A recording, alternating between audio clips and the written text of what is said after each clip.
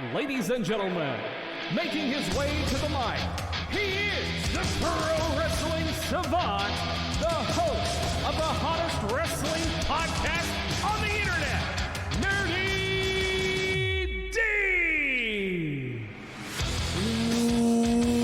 What is up, ladies and gentlemen, and welcome to the most distinguished pro wrestling podcast on the internet, The 7 Burning Questions with the Pro Wrestling Savant. I am your host, the Savant himself, the most underappreciated, hardest working voice in pro wrestling, Nerdy D. And joining me tonight, as always, is my beautiful wife and valet, the Lioness Lauren. What's up, y'all? Each and every week, I break down the 7 most important questions in pro wrestling, and each and every week, I call it like I see it, unlike this wrestling establishment sheep who will pander to the mass, all while posting links to their Cash Apps and their Patreons, begging you guys for donations. The Savant doesn't want your donations. The Savant only wants your ears so I can change the toxic culture of online wrestling and openly and freely discuss popular and unpopular takes with respect and an open mind. If you come up here with that disrespectful take bullshit, the goons of the anti-establishment will make themselves heard and will deal with it appropriately. Mm-hmm. They're still coming, Kevin. they're still coming. Mm-hmm. Without wasting any more time, let's get into this week's 7 questions. Right off the bat, AEW Dynamite came out swinging with Grand Slam this week and possibly gave us the match of the year contender for 2021. Bryan Danielson and Kenny Omega went 30 minutes to a time draw finish. Are there 2 superstars in the WWE that could put on that level of technical precision in a match? So the short answer to this question is no, okay? Kenny Omega and Bryan Danielson, they put on a master clinic on Grand Slam, on Dynamite. And there's no 2 guys in the WWE that I can think off the top of my head who have that skill level to tell that kind of story. Mm-hmm. Now, that kind of wrestling, it's not sustainable every week.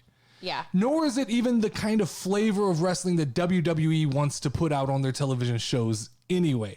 That wrestling is more for the marks, for the hardcore nerds. It's like wrestling porn for them. That's what that match was. That match, that's the indie that everybody's always talking about, the underground wrestling. That's what that was. That was 2 guys going 30 minutes with no contest, a draw, a time limit draw, right? Yeah. But AEW came out swinging their big dick this week again. They are pushing the ratings, and they are looking to kind of put some mud on WWE's face. I think AEW knows there may be a little bit of turmoil going on between WWE and Fox. Uh-huh. I've heard the rumblings of some issues going on between them. We know USA is not happy with the product that they're getting on Monday Night Raw. Yeah. We know that the draft is more than likely a result of an unbalanced roster. Okay. So, yeah, AEW came out fucking swinging this week with this whole Grand Slam thing. I mean, it looked to me 2 hot shows. They put on 2 hot shows. Now, I wasn't as sold on Rampage. I thought that show definitely had a steep slope down. Mm-hmm. Started off hot and then just slowly kind of... AEW has, I've said it numerous times, AEW has the high of highs and the low of lows. Yes. There's not consistency throughout an AEW show, right? Yeah. But this match between Bryan Danielson and Kenny Omega was slow, it was technical, it was deliberate. These 2 guys know they're the best in the business. Yeah. They know that, and they had a story to tell. They had a point to prove. And I don't care about all the idiots on TikTok who run around and talk about, oh, but wrestling's not real. Mm-hmm. No, wrestling is scripted. It is definitely real. There is physical punishment going on in that ring. And if you want to fucking find out, watch that match and ask Daniel Bryan if his fucking chest hurts the next day. Oh my God, he was so red. He had bruising and blood vessels rising up to the top of the skin. That was the most fight looking wrestling match I've seen in a long time. There was a spot on top of the plexiglass ramp where Kenny Omega, I don't remember what he did. I don't remember exactly what move he did, but he flipped Daniel Bryan over, and Daniel Bryan landed on his back, kind of where the ring meets the plexiglass ramp, right? And Daniel Bryan began twitching. Now, that was either a great sell on Daniel Bryan's part, or dude was really a little bit fucked up, because I mean, they were going at it. They were slapping. That was a slap fest, man. They were slapping the shit out of each other. And as a wrestling fan, if you call yourself a fan of wrestling, that may not be your style of wrestling, but there's no way that you could deny how good of a match that was between two of the most talented guys in professional wrestling right now. If you didn't like that match, you're just a fucking hater. If you don't think that Bryan Danielson and Kenny Omega put on a 5-star television match, that type of shit's not seen on television. WWE's not doing matches like that, right? And I get that there's recency bias, 100%. I understand recency bias, right? Typically, the latest thing that we've eaten is the best food we've ever had, right? And I will go on record as saying this is probably complete recency bias, but that's possibly the best wrestling match I've ever seen with my own two eyes. Oh, yeah. Happen definitely. in real time. Not going back and watching a classic. Not going back to WWE Network or Peacock or whatever and watching classic wrestling. It consistently kept your attention. Yes. Which is a good thing. That is the greatest match I've ever watched live in real time. That I think. And maybe that's recency bias. I don't know. I don't feel like going back and sifting through my super database. The 1973 Royal Rumble of 64. The reverse Hurricanrana that Daniel Bryan pulled off the top of Kenny Omega's shoulders, I don't know that I've ever seen that before. I'm sure it's happened before. I'm sure it's a move that's been done before.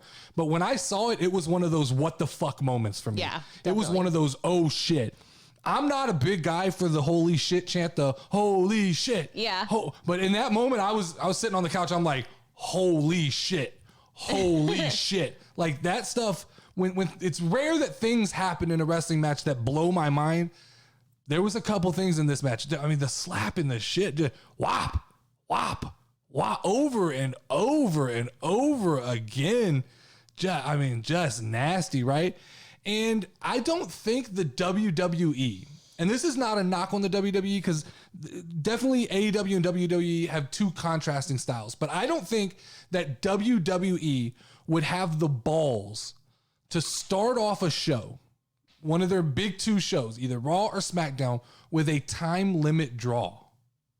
I don't think that they would ever, WWE kind of, that's, it's just not their style. They typically have a cold open where they try to kind of set up what's going to happen for the end of the night. And for AEW just to come right out and go, hey man, we're going to try and punch WWE in the balls. We're going to come out, we're going to try and put on 2 hours of just fucking top flight wrestling. And that was definitely a match that after that match, when CM Punk came out and he was like, how do you follow that? Yeah. That's kind of true, but it felt like the entire show was like that. That was one of the best full 2 hours of wrestling I've seen in a long, long time. Yeah. So I concede that right now, WWE does the theatrical wrestling better than anybody in the business. 100%. Nobody even comes close, right? Yeah. We'll get to Extreme Rules, but they do the lights changing colors, the ring exploding. They do that shit better. Their characters are larger than life, right? Roman Reigns feels larger than life, right? Brock Lesnar feels larger than life. But when it comes to just wrestling, just technical, precise wrestling, I think AEW is starting to separate itself a little bit. I think that AEW is showing with guys like Bryan Danielson, Adam Cole, Kenny Omega. CM Punk will get there. CM Punk is a pretty technical guy.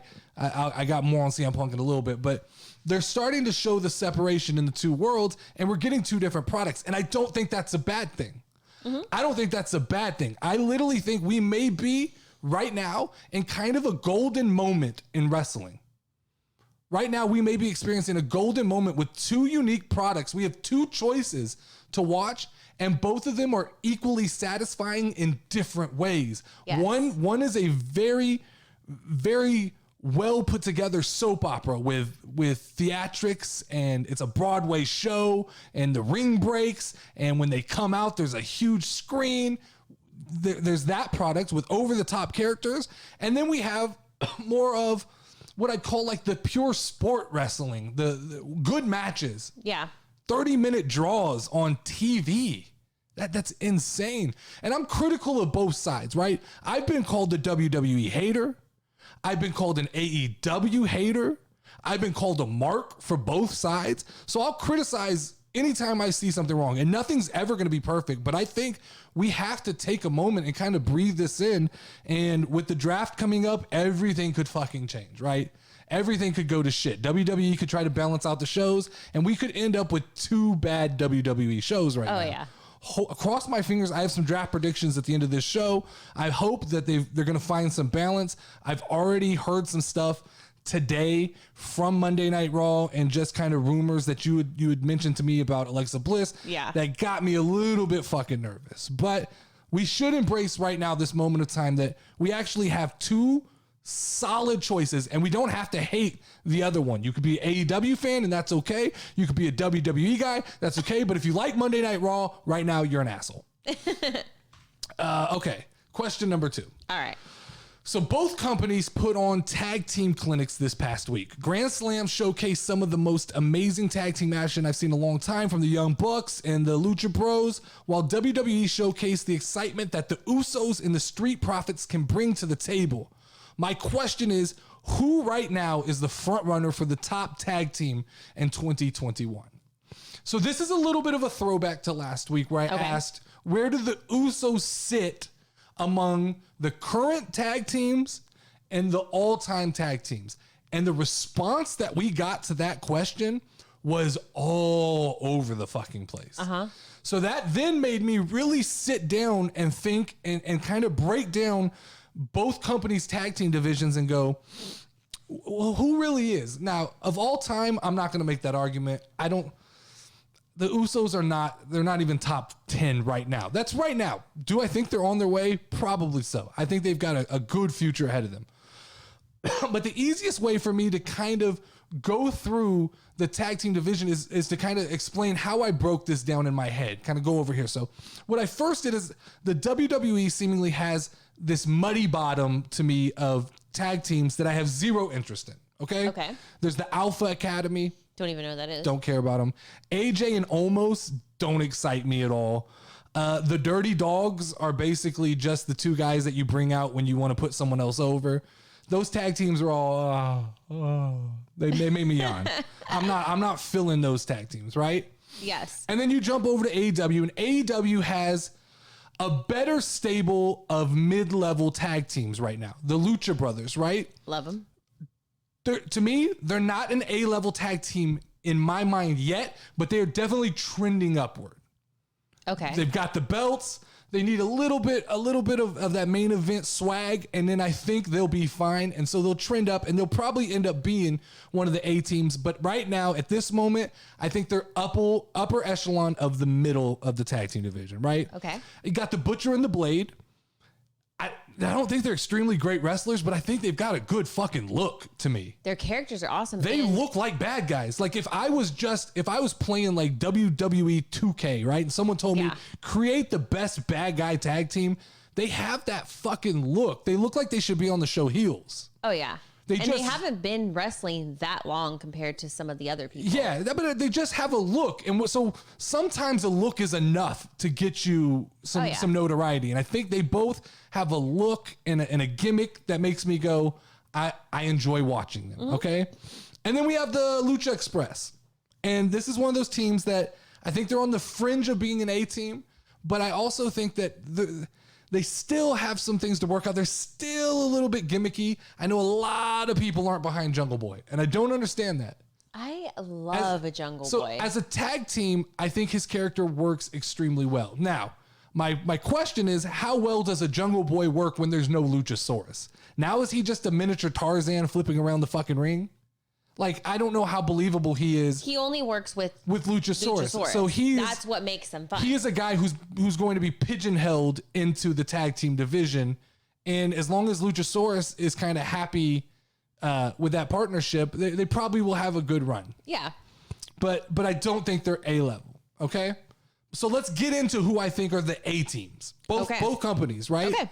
So the A teams in both companies right now to me are the Usos, the New Day, the Young Bucks, and the Street Profits. I think this last week elevated themselves into my A-level picture. I agree.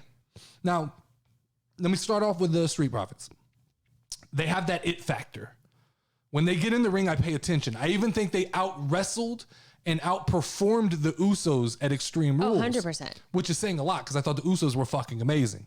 Yeah. That just, once again, we're winning when this kind of thing happens. Us as fans, we're winning when these two teams step it up to another level. My fear for the Street Profits, my only fear for the Street Profits is Montez Ford might be a single superstar in waiting. Oh, I think he is. He might be a guy. Like they were working that up. He might be a guy who can't stay in that tag team division because he's got main event everything, qualities, right? I think they tested the temperature with Roman Reigns this past week on SmackDown. Oh yeah. And he stood toe to toe with the big dog. He looked good. Oh yeah, definitely. He's got the right size. His athleticism is through the fucking roof. He can talk on a microphone. The crowd's behind him. He's got all those intangibles, and he's got that it factor. And I think, unfortunately for them, now we could have one of those New Day situations where they can split apart but stay together. But that's not typically the normal WWE style. They usually break guys apart. So my fear for the Street Profits is if Montez Ford blows up, that may be the end of the Street Profits. True. Let's talk about the New Day, okay? The New Day are clear-cut ahead of everybody else. Way ahead. Yes. Ahead of the Young Bucks, ahead of the Usos, ahead of the Street Profits. But right now, in 2021, they're playing sidekick to Big E.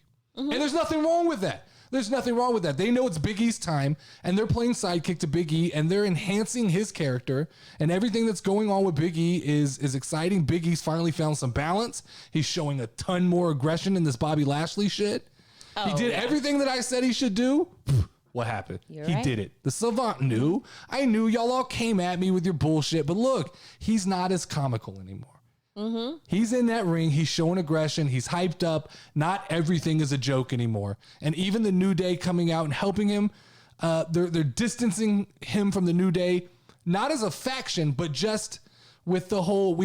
I actually did watch the beginning of Monday Night Raw tonight. Okay. And the Biggie, the New Day did come out and help him. Yeah. And then they're going to restart that match without the New Day as part of that match. So I didn't see when that's happening or when it's happening. We were watching inside a crowded restaurant. In a cage. Right, in a cage match. So that type of match, cage match doesn't lend itself to comedy. You only put a guy who's developed aggression into a cage. And Big E's going to rise up. He's going to rise above Bobby Lashley. He's going to show aggression.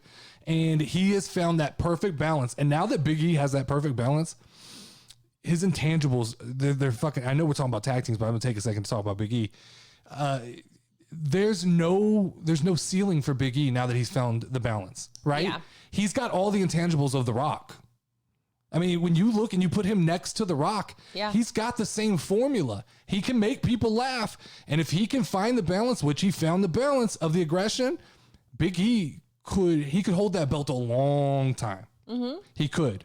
And he could actually, if people love him, I have a prediction for the draft that I'll talk about at the end of the show, and I believe it's going to come true, and I believe it's going to bode well for Big E in the long run. But let's get back to the New Day. Yeah, they're in a sidekick moment right now. I don't think 2021 is going to be so much about the New Day as much as it's the year of Big E, and that's okay. Those guys, they seemingly all get along really well. Yeah, and they're happy to support him. So I can't put the New Day as the number one current tag team, even though talent, they're by far the best tag team. It's not even close, okay? So that leaves me with two teams here. We've got the Usos and we've got the Young Bucks. Now, admittedly, I don't have a ton of watch time with the Young Bucks, seeing like 2 or 3 Young Buck matches. So I'm a little fresher on them than other people, right? I think they've worn their welcome with some people. I do think that the fact that they're a heel tag team that comes off in that annoying fashion tends to make internet fans dislike them more, right? I love them. And you kind of lower their level of talent because they just get on everybody's nerves. And because of that, I think that right now, my number one tag team, the hottest tag team in wrestling in 2021 has got to be the Usos and the Bloodline, right? And that's got to be because 75%, 80% because the Usos are that fucking good and they're carrying it. And there's about 20% that comes from the rub you get being next to the head of the table. True. The big dog, Roman Reigns, and the heat that he is generating right now. Yeah. He is generating heat, and if you're just standing in the vicinity of that, you're going to get some burn. And so that's why I think in 2021, right now, we got a couple months to go, but I think the Usos are probably the top tag team of 2021, in my opinion. Mm-hmm. Question number 3. We got a large dose of high-level women's wrestling this week, with everything from Britt Baker and Ruby Soho to Alexa Bliss and Charlotte and the return of the boss, Sasha Banks. While some things became apparently clearer and some things got even foggier with everything that happened this week in both companies, who is the current alpha female in pro wrestling? Okay, so I'll start by telling you who isn't. Okay? I'm going to start by telling you who isn't the alpha female, and that's fucking Charlotte Flair. That's true. She bores the shit out of me. I don't like her and I don't dislike her. I just don't really care. I don't care that she's champion. I don't care that she's wrestling. I feel like WWE's trying to always shove her down our throats, tell us how great she is, tell us how great Charlotte Flair is. Charlotte Flair's so fucking amazing. And to me, she's average. And I know this is going to sound fucked up, but every time I see her, she looks like she's had more plastic surgery. She looks different. 100%. She does not. If you go back and look 5 years ago, it doesn't even look like the same person. And do whatever the fuck you want. That's fine. But I just nothing about her excites me. Nothing, right? And she might be talented. I can't see it. I don't really see it. She might be talented. Someone can tell me she's talented, but just I don't. You got to make me feel some kind of way, right? You either got to make me really like you or really dislike you, right? Becky Lynch, I'll get to her in a minute, but I dislike Becky Lynch, but at least I feel some kind of way about Becky Lynch, right? Yeah. You know who else isn't the alpha females? It's not Liv Morgan and it's not Carmella, because I can't figure out why the fuck I'm supposed to care about them wrestling every week. I mean, Carmella broke her nose, but she didn't break her nose. I don't know what we're building to in that match. Is it a time filler? Is that just something? I think they just needed two pretty girls to go out there and fight. I guess. I mean, to me, that's what it feels like. Are we still doing that in 2021? I think so. In 2021, we're still putting just two. Because there's no other point to their match, in my opinion, at all. Now, I think that they're both very pretty. I feel like there's and I like them because they're pretty. There's way more talented people that aren't getting an opportunity to show their talents. Naomi. Yeah, right. I mean, Naomi needs to be fucking out there. But they're building to something. There's something. I saw there's that. something cooking. Definitely. There's something cooking with Sonya Deville and Naomi. Yeah. You know who else isn't the alpha female? Who? It's not Ruby Soho. And I was fearful that AEW was going to pull the trigger on her, but they made the right decision. They recognize she's not quite ready to take the helm of their women's division just yet. Oh yeah, definitely. I was wrong when I said that they were going to give it to her, and I'm glad I was wrong. We both predicted a Ruby Soho victory. Yeah. And gladly she didn't get it. She's not ready. There's something there. There's a spark. There's a spark there with Ruby Soho, but they're going to have to kind of fan it and make it a flame because it's not quite ready. And Britt Baker, I say this over and over. I don't know how talented she would be if she was on the WWE roster. I think she could hold her own. I don't think she's a top level girl in WWE, but I think she could hold her own. But I just right now she's the best thing going in the women's division in AEW, and they're going to need to squeeze that orange until they get all the juice out of that. Oh yeah. Until the rest catch up, right? Yeah. Chris Statlander has potential. Soho has potential.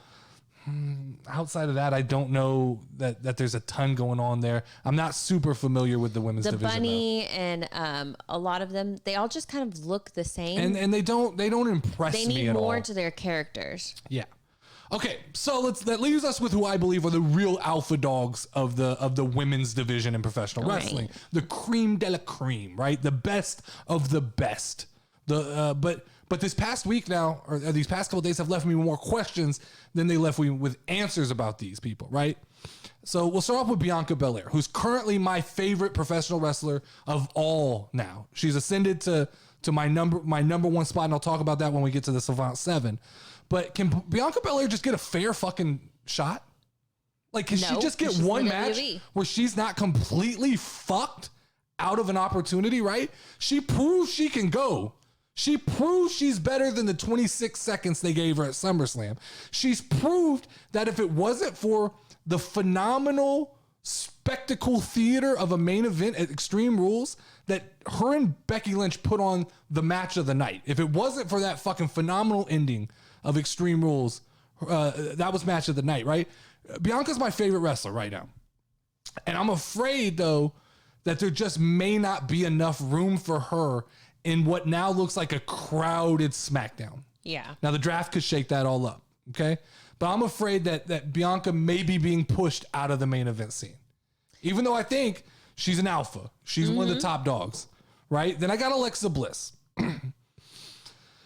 So not only did WWE steal Bray Wyatt's character and give it to her, apparently they stole the Bray Wyatt mentality or booking techniques, right? Because they're booking her to lose matches to people that she shouldn't lose to because she's over with the crowd. Yeah. I get that the crowd's chanting, we want Bray Wyatt, but let that be a thing. Yeah. What does that matter? That character's over. I mean, we watched it. We were all pushing for Alexa Bliss. Our little girls were both pushing. Our little girls were much more a fan of Alexa Bliss than they were of Charlotte Flair. Oh yeah, they could care less about Charlotte Flair. We even offered to buy them the little doll. They want the little. What are you talking about? They didn't want the Charlotte little doll. They wanted. They wanted Lily. Yeah, they wanted Lily, right? Yeah. Charlotte's a boring champion. They missed an opportunity to give Alexa a run with the title with this character and just see what she could do. The little creepy character, it might get over. I mean, it might completely go over with the crowd. It at least could have made Monday nights more watchable. But with Charlotte as the champion, I had contemplated watching it because of Alexa Bliss. So now, update here, because I had written that maybe going forward with the draft, she'll find a better space. But now we're hearing that Alexa Bliss may be done for a little bit, that she may be taking a break. Now, if this is for her own personal reasons, more power to her. I'm all good with that. I get it. Everybody needs time. Looks like she's living her fucking best life outside of WWE with Ryan Cabrera. Yep. Right? That's his name? Yeah, Old Ryan dude's name? Cabrera. Uh-huh. So if she's taking personal time for herself, fuck yeah. Awesome. If WWE is shutting her down and trying to like quiet the crowd on the Bray Wyatt stuff, hey man, that's your guys' fault. That's not her fault. Oh yeah, 100%. And she worked this character. She worked it well. Awesomely, I thought. I didn't read the finish the same way. I read the finish as like, she's going even darker. She's going to a darker place. That's what I thought. Then we find out, no, that's supposed to be like the doll being torn up is kind of like signifying the end of this character. Yeah, I don't like that. And so when Alexa Bliss comes back, if this is true or if this is bullshit, whatever, she's always going to be in an alpha spot. She's always capable at any moment of winning the title and being the top dog. Hopefully WWE figures that out. For sure. Then we got big time Bex, okay? Big time Bex. So I couldn't tell. We had a little discussion when we were watching Extreme Rules. I couldn't tell if she's dropped the goofy over the top Conor McGregor like rap star vibe. Because she came out and she looked relatively just like Becky Lynch. Yeah. No crazy hair. No crazy jacket. She just looked like Becky Lynch. And I think the problem with Becky Lynch is she's just too over. I don't think you can turn her heel. I think the crowd is going to cheer for her no matter what. I can say all the bad things I want about Becky Lynch, but there's one fucking thing I can't deny. When she gets in the ring, she puts on a fucking show, and she's extremely good at what she does. Yeah. And she makes me care. Yeah. As much as I wanted to dislike her, as much as I hated the goofy character, she got in there. The way she talks, when she's, the performance she puts on during the match, she just does it all right. She hits all of the right notes. And I can deny it all I want. I can make fun of her. I can talk shit, but she's an alpha and possibly the alpha, right? Yeah. She might be the alpha if it wasn't for the returning of the boss, who is, for some reason, to me, the most magnifying women's wrestler. I haven't heard too many people who don't like Sasha Banks. Yeah. You know what I'm saying? I've never heard him like, I don't like Sasha Banks. When we do these topics where we talk about women's wrestling, it inevitably ends with people going, we want Sasha. Where's Sasha? Mm-hmm. Well, now Sasha's back. And she went after Becky, who I thought for a second they were going to tease a little reunion. Friendship. Yeah, a little friendship going on there. But no, she went after Becky. She went after Bianca. So now we've got a little like a three-way thing going on there that should be fun to watch. Yeah. That should be fun to watch. Now, I don't, the draft trips me up because they're hinting at that becoming a thing, but as quickly as that could become a thing, Bianca could be transferred over to Raw and we could just get Sasha Becky, which I'm not mad about either. But if I had to pick right now, the alpha dog of the WWE or just of all women's professional wrestling, I think Sasha Banks comes back and it's her yard again. And I think it's only a matter of time before she wins the crowd over. And if they really want to turn Becky Lynch heel, I think Sasha is more of the face that could do that. But it looked a lot to me like Sasha came back as a heel, attacking Bianca and Becky. And maybe WWE hit the panic button and they go, let's let Sasha be the heel and we'll keep Becky in this in-between role and we'll let Bianca be the face. Yeah. I don't know, but I'm excited about what's to come in the women's division.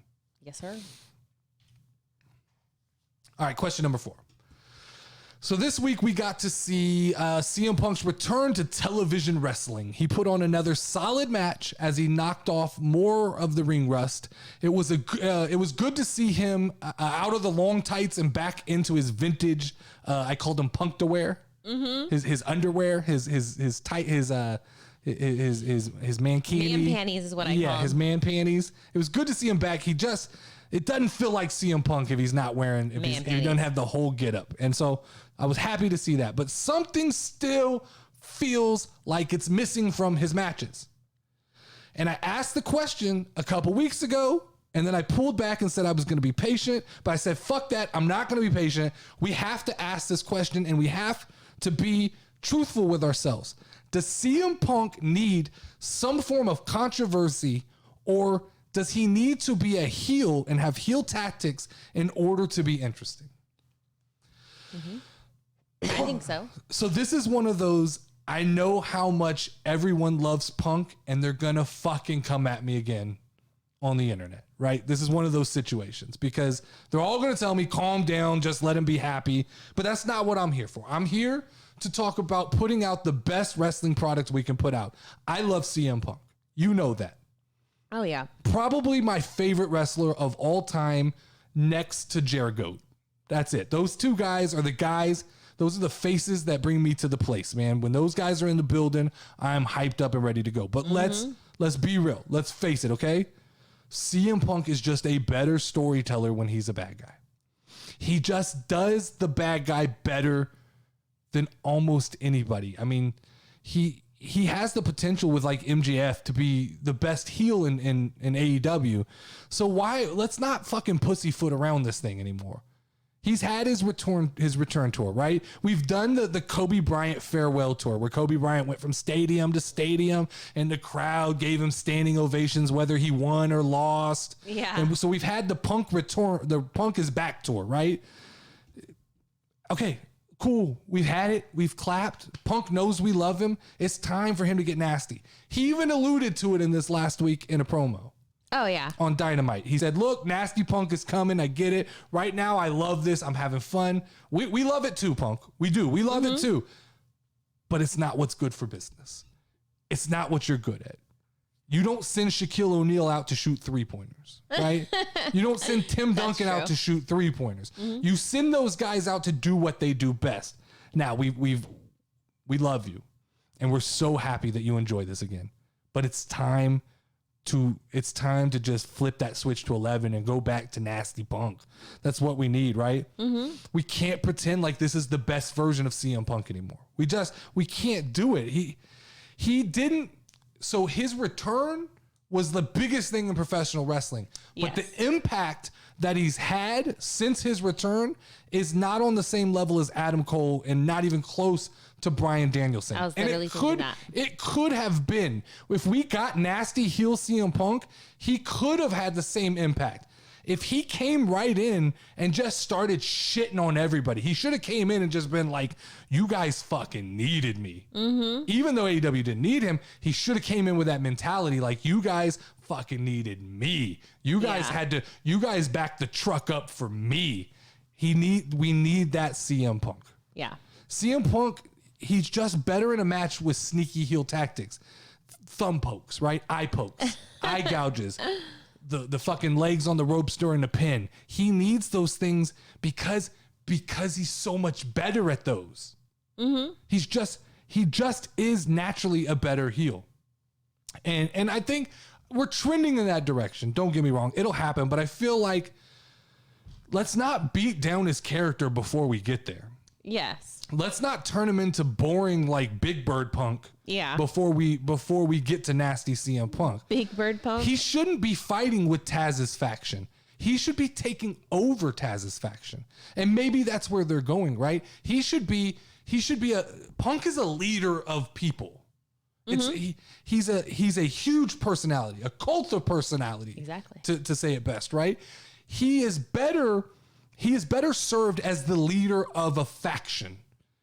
He was great with the Nexus. He was great with a straight edge society. Every group of wrestlers he's ever taken with him, he's built and raised up. So I think that AEW needs to quickly put him in charge of a heel faction. I thought like maybe even the Dark Order, but I don't know how that plays into Punk's character. That's reserved for somebody else.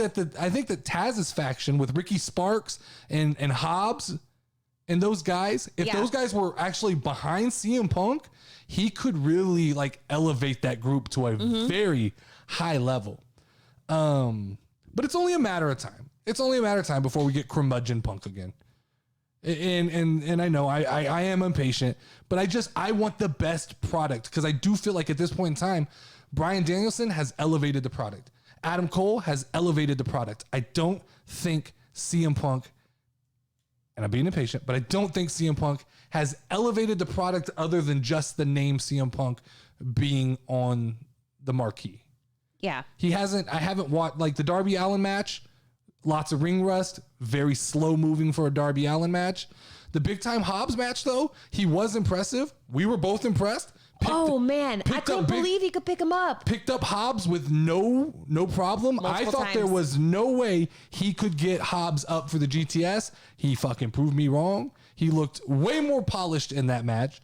And I'll admit the size difference, I thought it was going to be a problem, but he looks like, you know, now we're in the second match. It looks like he's getting better every week. Yes. If we could just turn up the heat a little bit, just turn the heat up just a little bit. I think that, I think CM Punk, he could elevate a group of men or women or whoever. He's better served leading a faction that's heel. Yeah. That's my overall opinion on CM Punk. All right, number 5 here. So last night was Extreme Rules. The pay-per-view on paper that looked to be, to me, underwhelming at first glance, ended up being an above average pay-per-view that was way down by what I continue to preach was messy Monday Night Raw. I agree. I felt that everything that was Monday Night Raw, minus Alexa Bliss, was just messy. The New Day looked good, but I don't think that AJ Styles and Omos and Bobby Lashley as a group. I hated that match. It's weird that they're all teaming up together. The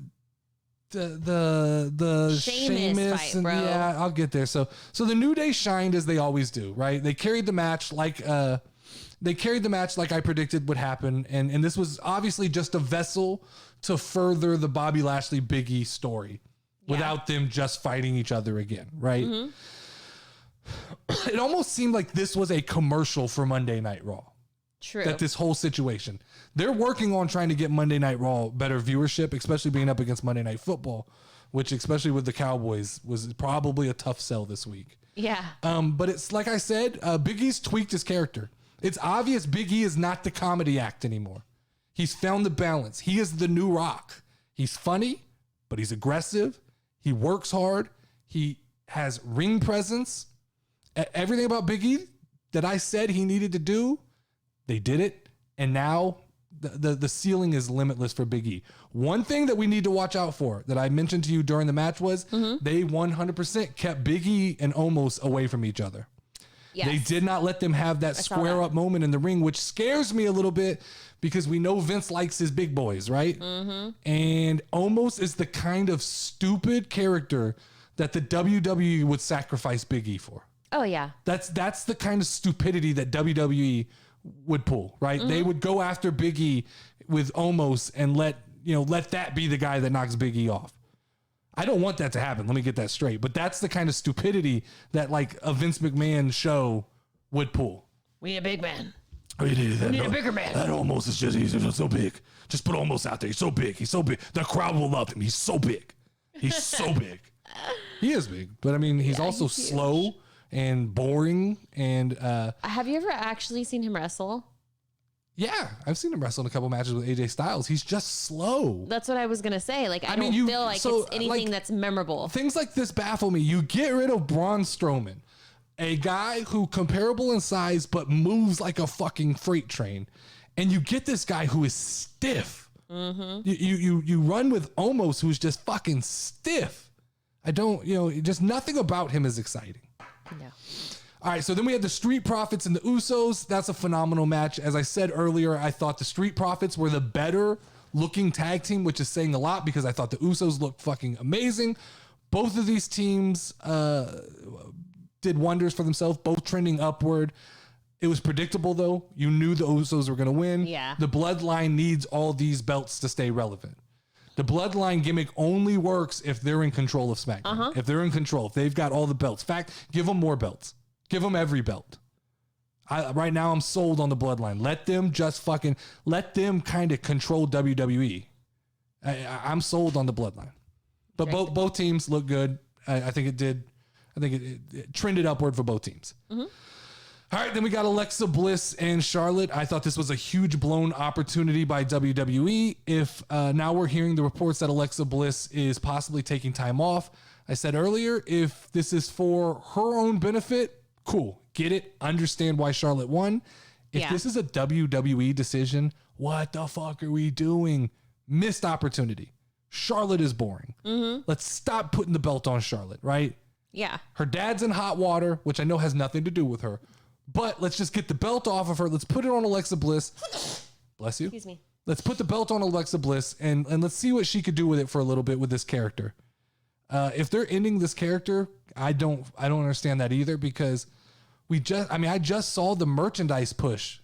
Yeah, maybe on that's Instagram why they were pushing it though, to try to get rid of it. To get rid of inventory. But I think the little doll and shit like that, to me, it seems like that's a hot item. Like that's something that will sell. And then Kids would want it. I want one. They're cool. I get it. But I think it's a missed opportunity unless Alexa Bliss was the one asking for the time off. Then more power to her. Go have fun with Ryan Cabrera. Do your thing. Okay, so this one right here. Okay. Sheamus, Damian Priest, and Jeff Hardy. I saw good reviews on this match. Really? I don't know what the fuck you guys are smoking. This is going to be one of those. So this is going to be the moment in the show where the wrestling establishment hates what the fuck I say, right? But I don't like when you take the mid-level belts. And we all know what we're talking about when we say mid-level belt, right? It's the Intercontinental Championship and it's the United States Championship. They're mid-level belts. They're belts that are used to ascend younger talent. Yet, in this match, we have a guy who is 44 years old, yet he's a crowd favorite, but he's 44 years old. We have a guy who's 42 years old in Sheamus, who seems like he's past his moment. He's past being in United States title matches, okay? And then we have Damian Priest, who I know is a new face, but I find out he's 39 years old. So he's long in the teeth as well. So we have these three guys fighting over a mid-level belt in a match that just fucking felt messy to me. And I know probably because I don't watch Monday Night Raw, but guys, this is why I don't watch Monday Night Raw. This doesn't make sense to me. So you have a guy, Damian Priest, right? Who Even the name gives me Gothic style vibes. Yet he's wearing pants with American flags on them. I don't understand the character we got going with Damian Priest, right? He comes out, fucking shoots the arrow at the Titantron and it lights on fire. I thought he was kind of like a Satanist. I have lighthearted Satanist or something like that, you know? You're just a lighthearted Satanist. Well, Damian Priest, Damian gives off. Damien is like the devil. Yeah, and then Priest, like, so it just gives me that vibe. Good. And so I'm confused when I look at him and I see that Damian Priest is wearing American flag pants and he's Mr. US champion. Yeah. I'm confused. Like, Raw is messy. Raw is just messy to me. That it's a mess. And the draft hopefully repairs so much of that's wrong. I don't understand how WWE can have two shows and they'd be so different. Mm-hmm. So different. And supposedly the writing is handled by the same people. I don't get that, man. So that match, I mean, to me, that match was a mess. I didn't like it. Worst match of the night for me. Some people probably fucking loved it, and I'm gonna get, ripped apart. All right, I thought Sasha Banks and Bianca Belair stole the show. I thought that was my match of the night, especially with or did I say Sasha Banks? Bianca Belair and Becky Lynch. I'm sorry. I thought Bianca Belair and Becky Lynch stole the show. I thought they put on a hell of a wrestling match. I wondered how they were going to end that match. I knew Becky was going to go over, but I wondered how they were going to protect Bianca enough and not just completely shit on her. This was the way to do it. Bring back Sasha Banks. Got a good crowd reaction. Sasha attacking both of them felt like it was right. Yeah. I was afraid they were going to just kill Bianca's momentum going into this match, but I think they've got a fun little triangle there for the alpha spot, right? You give her the opportunity there. So. Yeah, that's the alpha dog fight. Bianca, Sasha, and Becky. And if I had to put my money on one of the three, I think Sasha comes out on top of this thing. I do too. Even though Becky, man, you can't underestimate Becky. The fans love their Becky Lynch.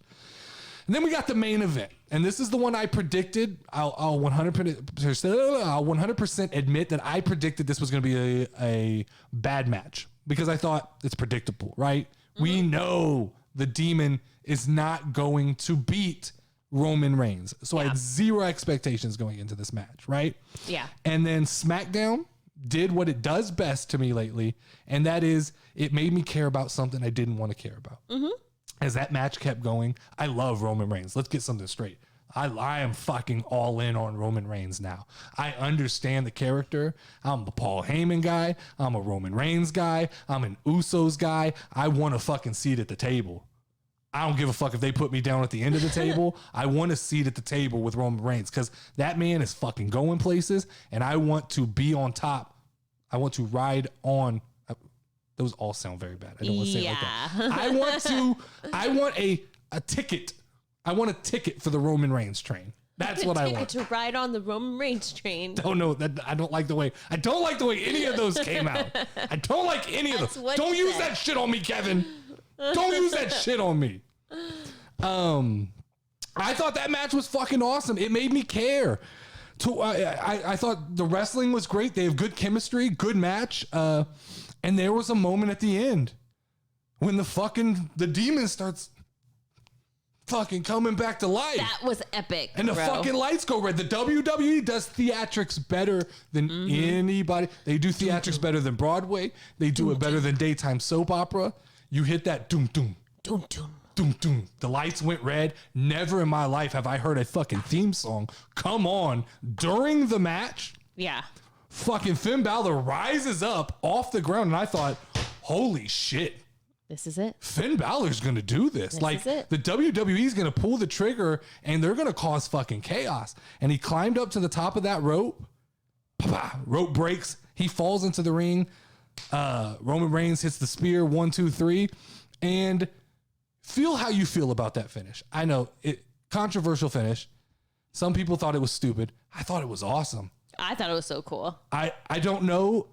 Who cut the rope? Are we going to cut the rope? So that was I was going to ask you. Are we under two thought processes? I took two thought processes away as I went to lay my head down to slumber. I was still thinking about this match, which is the sign of a good final match when I'm still thinking about it later. In the slumber. There were two thoughts.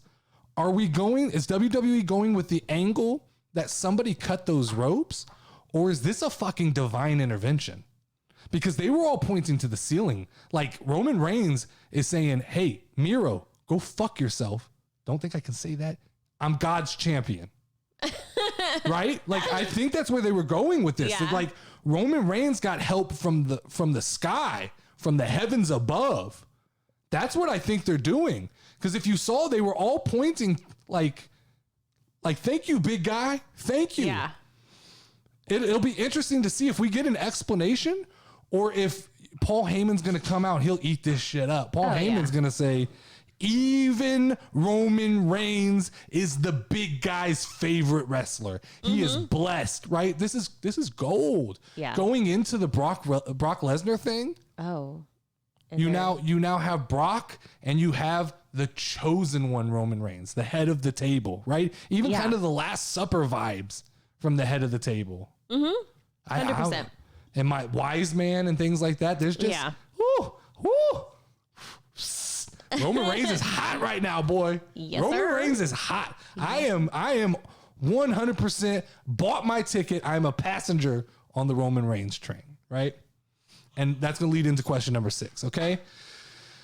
Number 6. Now that the Universal Championship is it's a relatively new title. This iteration of the World Heavyweight title or WWE Championship, whichever they choose to kind of, you believe this is the continuation of, but the Universal Championship is a relatively new title. And this version of the title was created in around 2016.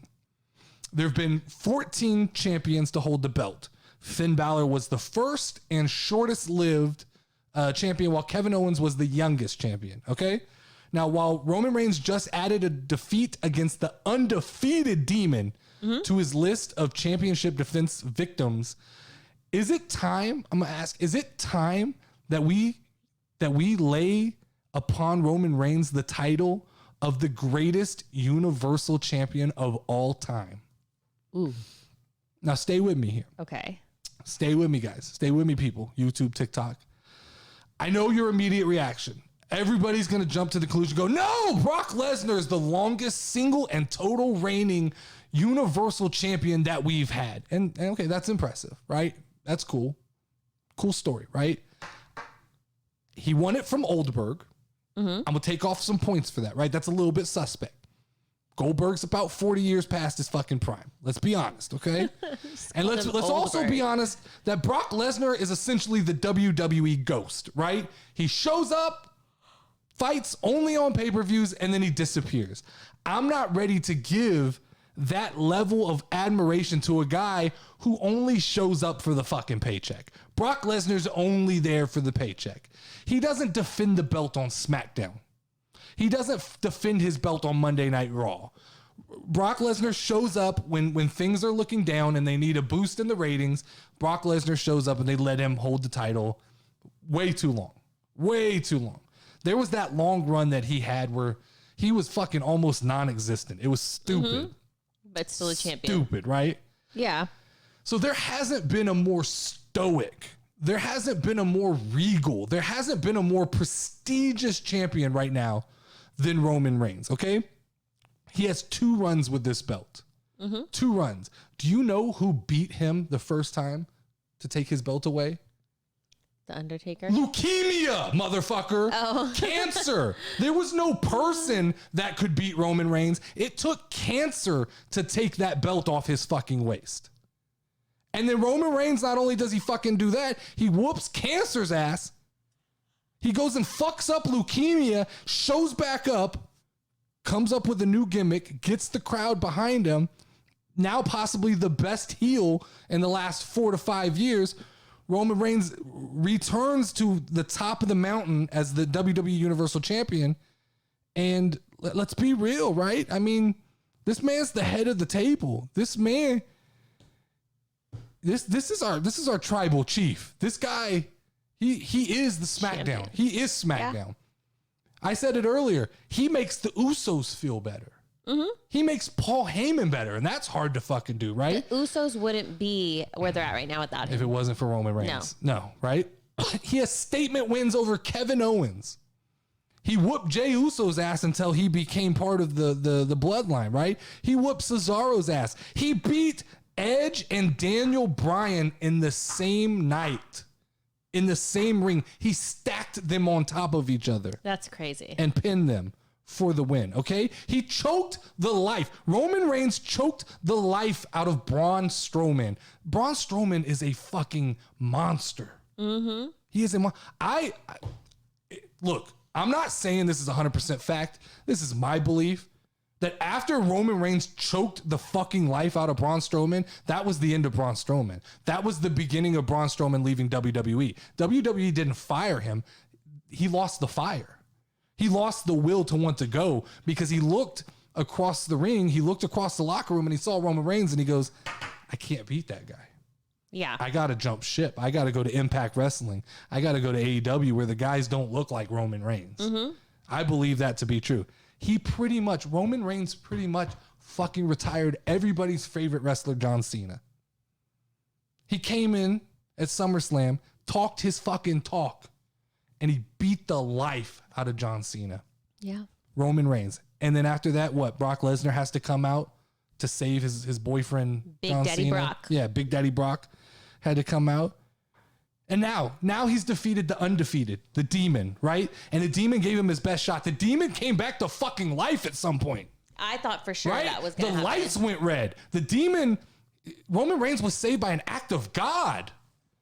We have to be real at this point, right? We have to be real. At this point in time, Roman Reigns is the greatest universal champion of all time. The tribal chief, the head of the table. There is and will not be for a long time a better universal champion. And at Crown Jewel in October, I think he solidifies that by beating the life out of Brock Lesnar, something that not many fucking people have done in their life.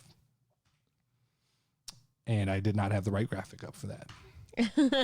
So let's go into the last question of the night. So Monday Night Raw was tonight. I said I watched the beginning of it. That's it. I don't see a big reason to watch Monday Night Raw, especially with the draft starting on Friday. So question number 7 is, this Friday is the beginning of a new era in WWE. The 2021 draft is upon us. What are your big predictions for the big roster shakeup? You guys let me know what your predictions are for the draft. So I'm going to let you guys know. I just put down a couple of quick thoughts. It's hard, right? Because there's so much that can happen. It's weird to call this a draft because a draft is usually rookies being called up to a professional sport. Yeah. The WWE does a fucking shakeup, right? Anybody can be redrafted to a new team. Definitely. So it's crazy. So I just had a few things, just fun things to throw out there. And next week we can see how wrong or how right I am. The first one I think is a fairly safe statement to make. That's that Big E goes number 1. Mm-hmm. Big E is the number 1 draft pick. Monday Night Raw gets the number 1 draft pick. It goes to Big E. And then number 2 will be Roman Reigns to SmackDown. And there will be animosity from that situation.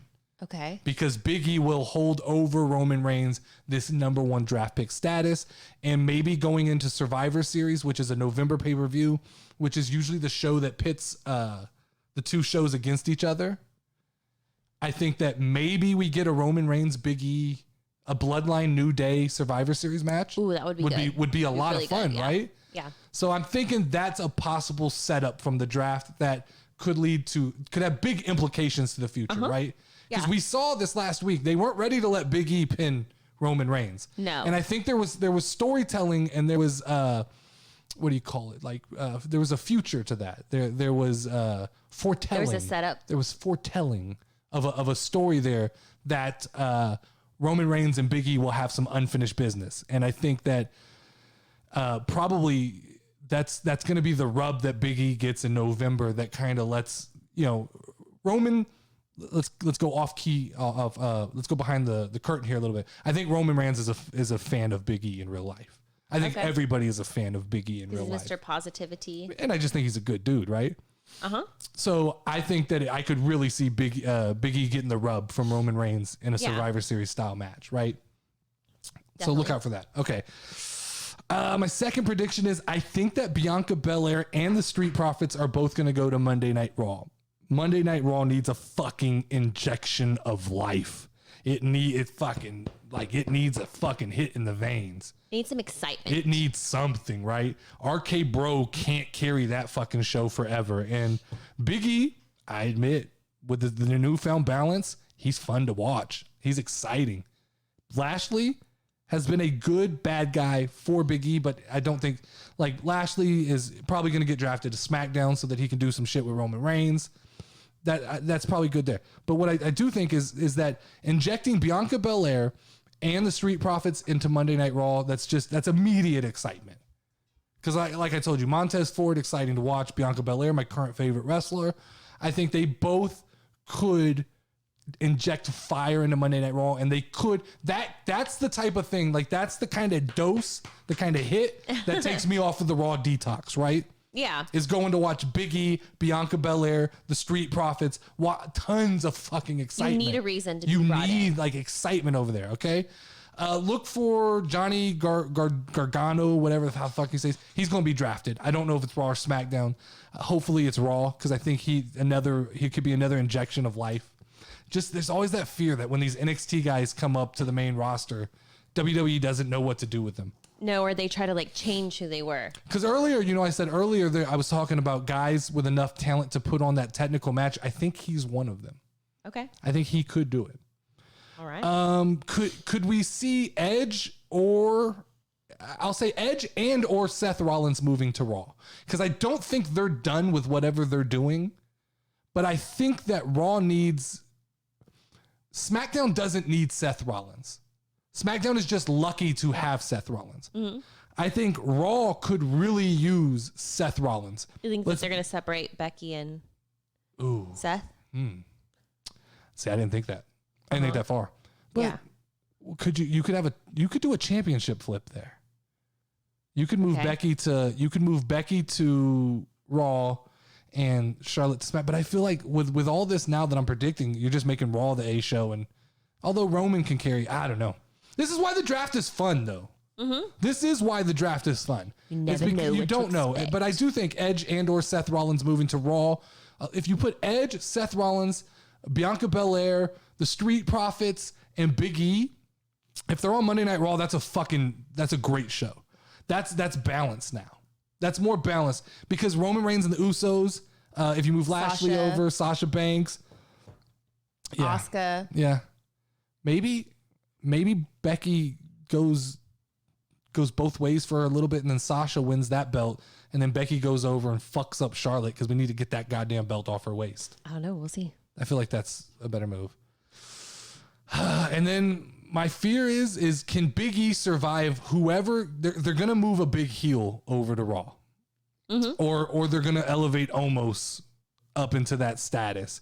Can Big E survive that? I think he can, but fucking Vince McMahon, who knows, right? True. Who knows? Stupid move. Big E should hold that belt all the way till WrestleMania at least, and he should get a WrestleMania moment.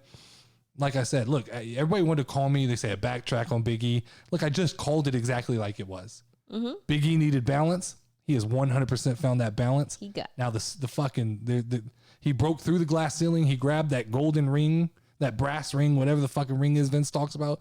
Big E's grabbed it and he's running full speed. And I say it's been a long time since I think there's somebody with a skill set comparable to The Rock. Now he's not The Rock yet. Yeah. Let's not overreact to this. He's not The Rock yet, but he has every tool in his bag to be the next Rock. True. All right. True. Let's go. Last but not least here, let's go to, I have my Savant 7.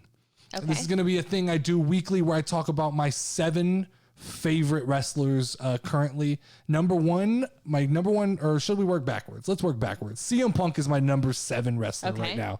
And this is trending down. As long as he's happy Punk, he's going to continue to trend down, and he's in danger of falling off. Oh, at one time, my favorite wrestler, probably my favorite wrestler of all time, but definitely he is in danger of falling off of my list, right? Okay. Let's move this to this Who is it? Right here. Who is it? Number 6, I have Adam Cole. Man, hold on, quit changing that. Just leave it there. Sorry. Just leave it there for this segment because I didn't make a. All right. I won't touch it.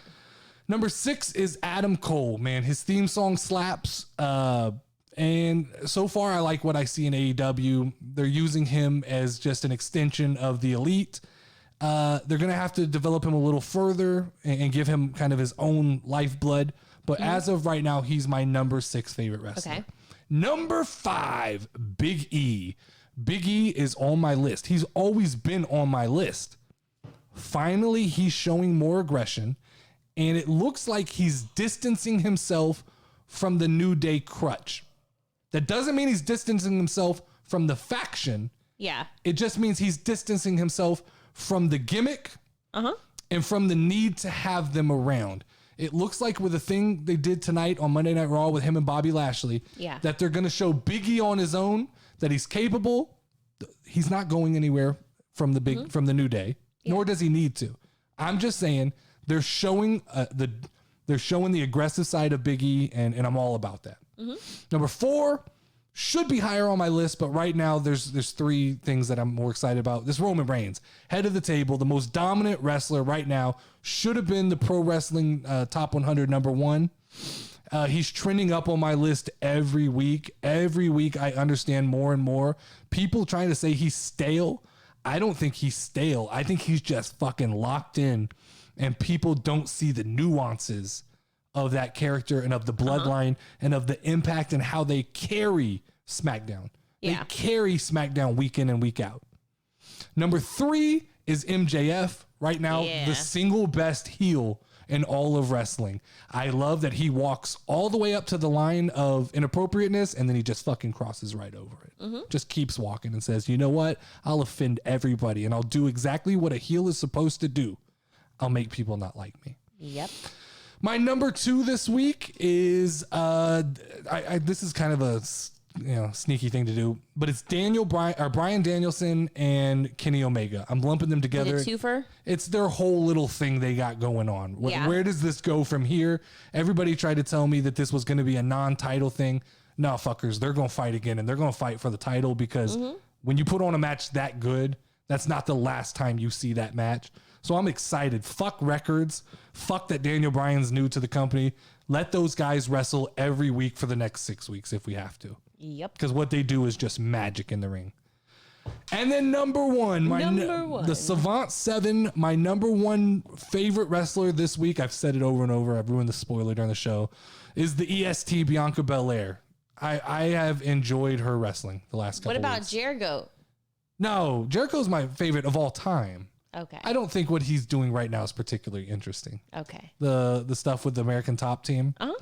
He could trend up. He could easily take CM Punk's spot. Well, all right. Number so 7. Give them all to me one more time. So my Savant 7, my top 7 favorite wrestlers of the week were CM Punk, Adam Cole, Big E, Roman Reigns, MJF, Bryan Danielson / Kenny Omega, and number 1 is Bianca Belair. And last but not least this week, I'm going to grade every week. I'm going to exclude pay-per-views because I don't think that's fair. So just on a television basis, I thought that the Savant gives his stamp of approval to AEW this week. Even though SmackDown was phenomenal, I thought that Grand Slam, both Wednesday and Friday stole the week of wrestling. Yes, sir. There were some low points on Rampage that they're going to have to figure out. AEW's got to figure out how to stay away from the high highs and the low lows, because SmackDown is just consistently good, and Raw's not on the list, and that hurts WWE. That's going to hurt them for a long time until this draft kind of fixes that up. But this has been another episode of the 7 Burning Questions with the Wrestling Savant. Make sure to like and subscribe to the channel, and hit us up on TikTok to leave a comment and get the conversations going. As always, I am your pro wrestling savant and savior, Nerdy D. That is the Lioness. Level up, Lauren, Lioness, Lauren, whatever the fuck we're calling you these days. Yep. And let's ring that final bell.